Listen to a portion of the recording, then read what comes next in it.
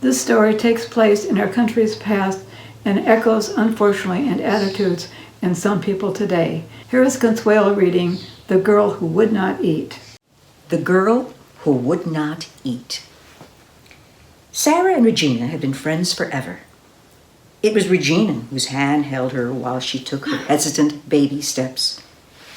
Regina didn't have to bend way over as the adults did because she was only 8 years old. Today, Sarah was going on 9. She wished Regina would come out of the kitchen and talk to her. It was too hot to go outside and play, and she couldn't think of anything fun to do.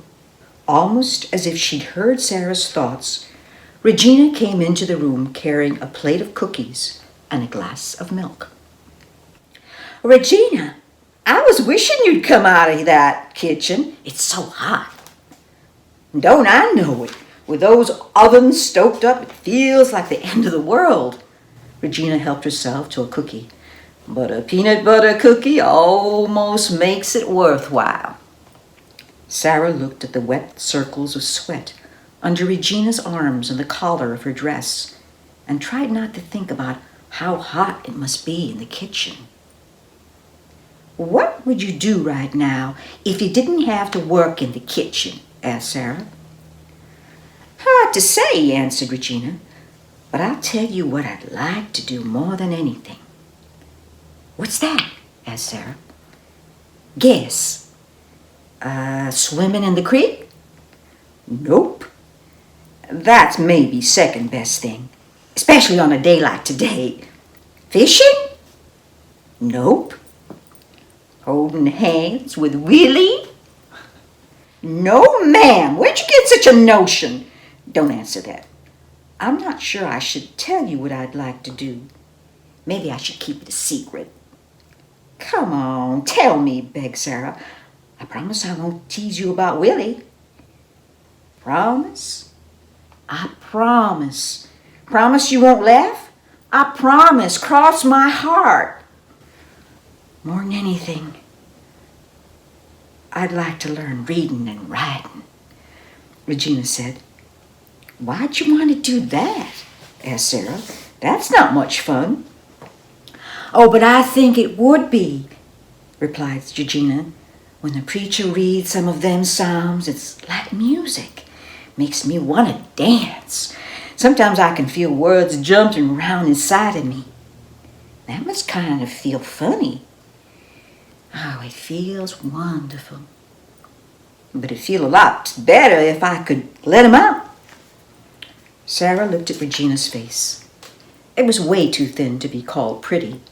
But just now, when she talked about her reading and writing, she looked beautiful. I'll teach you, offered Sarah.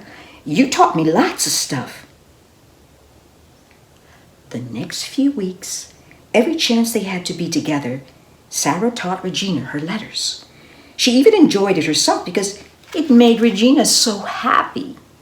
One day, they were behind the carriage horse when Sarah's father came around to see what was going on.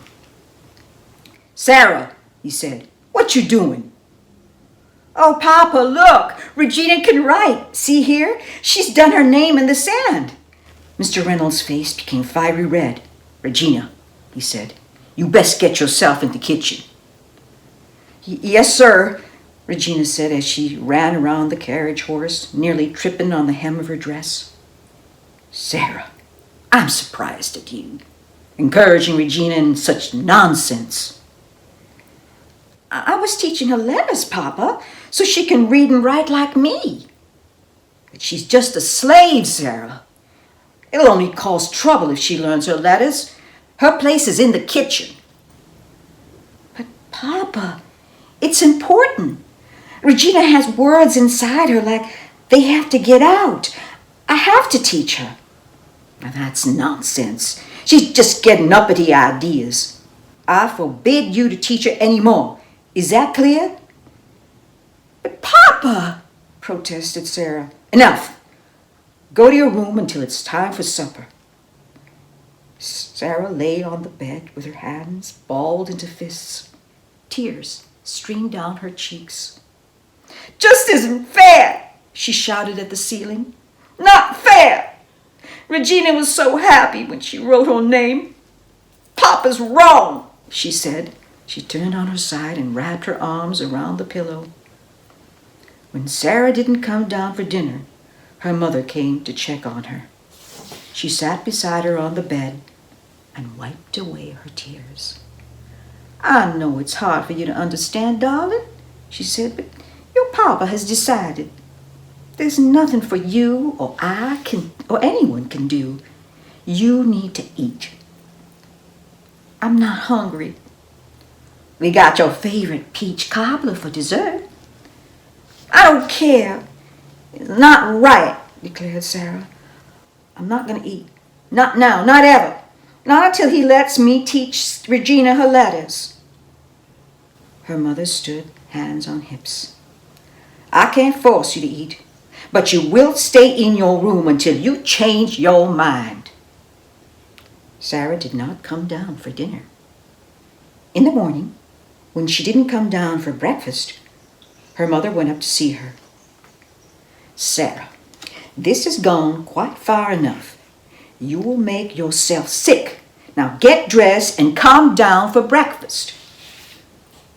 Has Papa changed his mind? No, of course not. But he's about to lose his patience. I'd advise you to get dressed this minute and come down. I can't. Papa's wrong. I've never seen Regina so happy as when I was teaching her letters. Sarah turned her face to the wall and tried not to think about how hungry she was.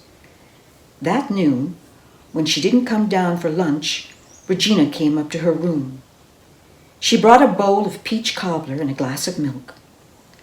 Oh, Sarah, love, you must eat. It was just a silly dream of mine anyway. Don't matter.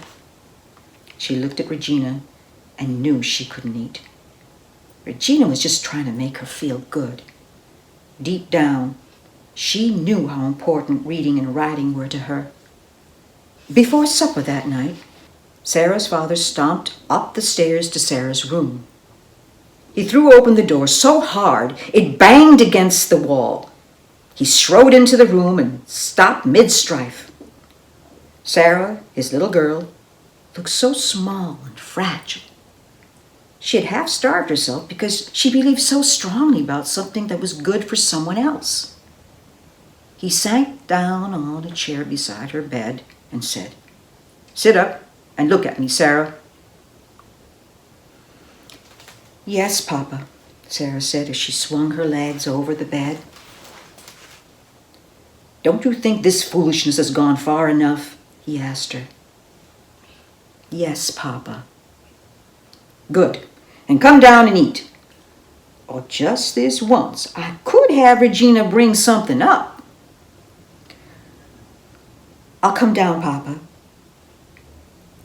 If you promise I can teach Regina her letters." "What? Are you still singing that song? Why is this so important to you?" "Because it's so important to Regina. She came up and tried to tell me it doesn't matter, but I know better. It's real important to her, Papa. It makes her so happy." "Regina is just a slave, Sarah. But she's my friend. She's the only real friend I ever had. She works hard in that hot kitchen. Why can't I just do this one thing to make her happy?" Sarah watched the struggle on her father's face. Part of her knew it was wrong to make him do something he thought was wrong just because he loved her. But she'd seen the look on Regina's face when she wrote her name. Wasn't that more important? Sarah held her breath while he decided. "By all rights, I should whip you good. You've disobeyed me. You've upset your mother and Regina. I'm going to give in to you just this once because I can see how much this means to you. You try this stunt again just to get your way on something, it won't work." You can teach Regina on the condition it doesn't interfere with her work or with your studies. Is that clear? Sarah threw herself into his open arms. Oh, yes, Papa. Thank you, Papa. Come on, then. Let's get some food into you. Some years later, when Regina was no longer a slave, she used her knowledge of reading and writing to teach other freed slaves. She also kept a diary, so all those words that jumped around inside her had some place to go. She loved to write, and she never forgot the girl who would not eat just so she could learn her letters. Join us next time when we meet a woman who conquers her fear to honor her husband's wishes. If you'd like to contact me, you can email me. You can also visit my website, lorrainesiegel.com.